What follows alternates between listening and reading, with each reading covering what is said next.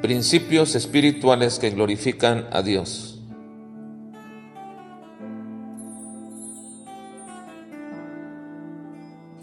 Principio cristocéntrico número 64. Jesús, un hijo obediente y sujeto a sus padres. Lucas capítulo 1 al capítulo 3.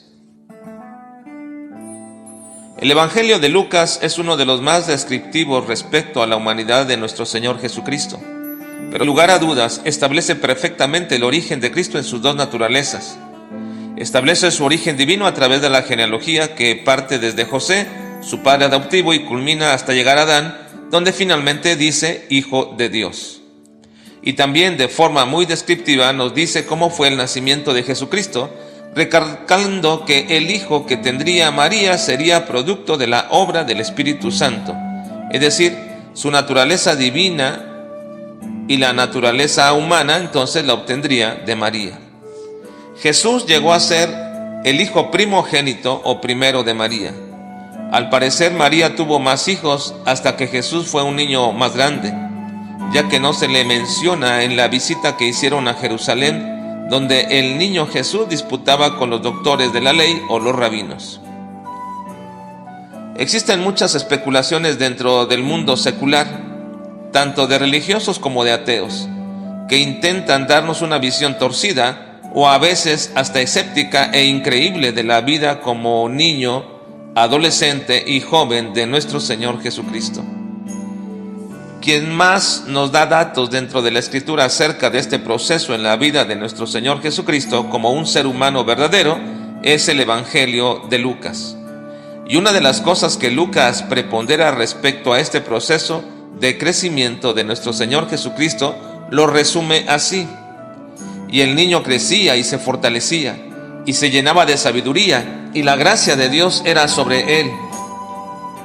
Y luego Lucas nos da un ejemplo de cómo fue este proceso de crecimiento en la vida de Cristo, y nos da una pequeña visión de un evento cuando Cristo tuvo 12 años, un preadolescente. Sus padres juntamente con él fueron a la fiesta en Jerusalén, y no nos dice Lucas cuál era la fiesta. Sin embargo, puesto que iba un gran grupo de personas en caravanas, suponemos que era una de las 3 grandes fiestas a las que los judíos deberían de ir a Jerusalén al menos una vez en el año. Así que probablemente esta fiesta era la Pascua.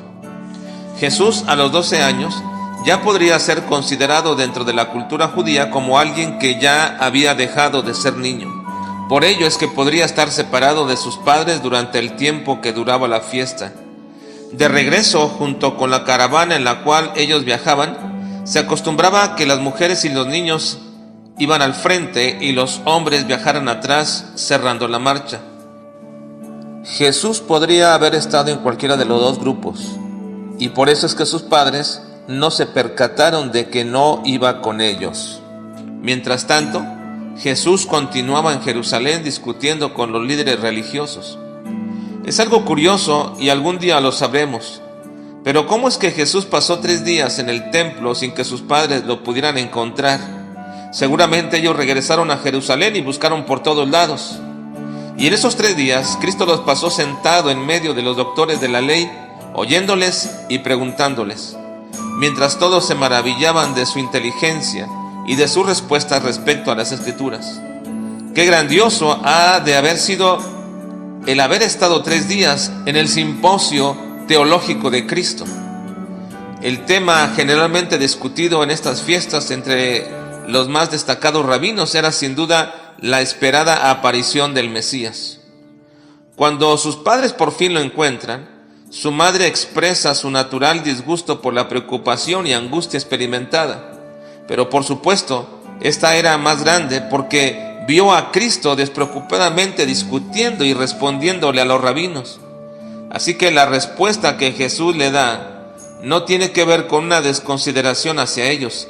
Simplemente aclara que sería un lugar donde ellos tuvieron que haber buscado primeramente el templo, porque ellos sabían cuál era verdaderamente su origen ¿Y quién era él? Y por eso les dice: ¿no sabíais que los negocios de mi padre me es necesario estar? Al parecer, a José y María, en el proceso de crecimiento del niño Jesús hasta esta edad, se les había ido diluyendo la idea de que Jesús era el mismo Dios encarnado, tal como se los había anunciado el ángel.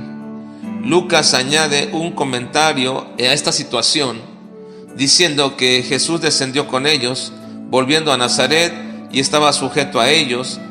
Esta expresión no significa que esto fue como resultado del disgusto de sus padres, que se comenzó a sujetar a ellos, sino que la frase significa que como ahora era un joven ya responsable delante de la ley, fue obediente y sujeto a sus padres durante toda la época que vivió con ellos. Y esto era un testimonio a todos los que le conocían, tal como Lucas termina diciendo: y Jesús crecía en sabiduría y estatura y en gracia para con Dios y los hombres. Nosotros no podemos decir a nuestros hijos que deben ser obedientes a sus padres como Cristo lo fue a los suyos, como si esa obediencia en nuestros hijos fuera algo natural. Somos responsables de enseñarles la obediencia mediante la disciplina. Ellos no nacen siendo obedientes o unos más obedientes que otros. Lo que sí es que existen hijos más sensibles a la disciplina e hijos menos sensibles a la misma. Pero eso no nos excusa de cumplir con nuestra obligación.